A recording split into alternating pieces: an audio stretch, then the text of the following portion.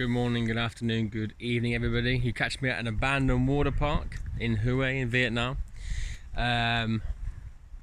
for the first session on human geography. So this one is going to be on urban issues and challenges. Okay, so more of an introduction into that.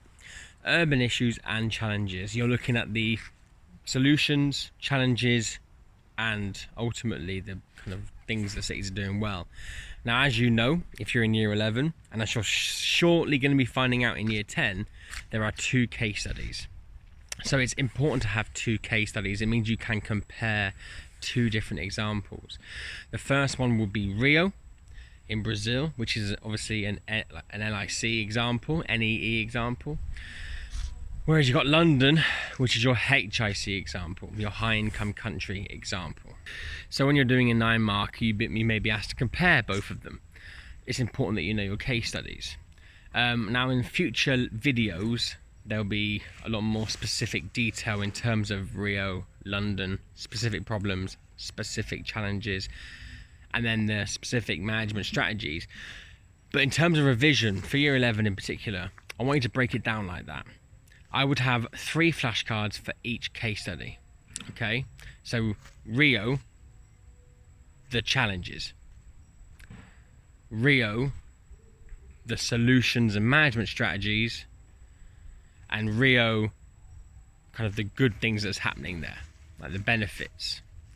Whether you're looking at the Amazon, for example, and you look at the economic benefits of that, or the TNCs, for example. And then do the same for London. So London, what's going well? London, what are the issues? And in London, what are they doing to manage these problems? Breaking it down like that sets you up really nicely for a good 9 marker. Because if a 9 marker asks you for the management strategies, it means you have a good flashcard there ready to use to help you. If it asks you for challenges, there's a clear distinction if you get what I mean. So break it down like that.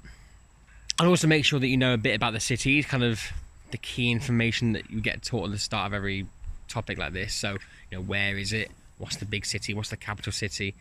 Know the basics. That's for everybody. If you want to get a grade 5 or 4-5, you need to know the basics of the case studies. Okay, you can't really do a 9 marker on anything you don't know the basics about. I'd also recommend that you practice 9 markers, 6 markers on this stuff. Look at previous exam questions. So go on the AQA website, they're all there. And one of the biggest things, I've said this to you a million times before, is if the question asks you about HIC, your HIC is not London. Why? Because London is not a HIC.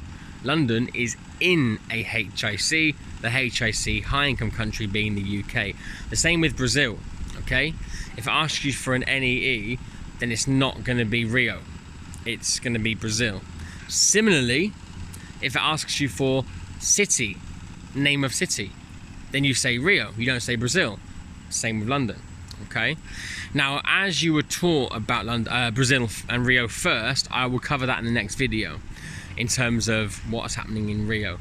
But as a very brief introduction to Rio today, it is a city, not the capital city of Brazil, but it is a big city in Brazil on the coast, the eastern coast towards the Atlantic Ocean.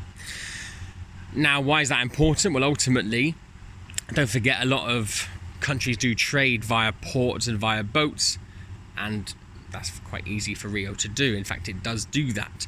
We'll look at examples next time. Rio is also a city in, obviously, Brazil, which has the Amazon rainforest. So if you imagine the Amazon rainforest being a good source of medicines or wood, timber, that kind of thing, Rio tends to be the place that it exports it.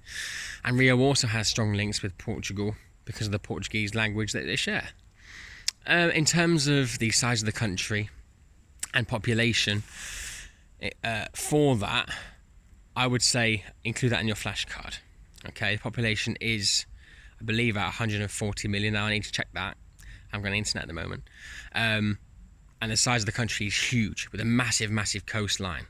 But it borders many other countries like, for example, Peru, Bolivia, Argentina. So that's Brazil. Rio is on the coast in Brazil. It has Christ the Redeemer, which is the wonder of the world tourist attraction. It has good weather, That's quite important, quite a tropical climate in the rainforest elements, but also nice and sunny a lot of the time. And yeah, that's basically an introduction to Rio. Next time will be more about the specifics and stuff as we go forward. As you can see, it's pretty warm here, guys, so I hope you're doing really well, and I'll see you soon.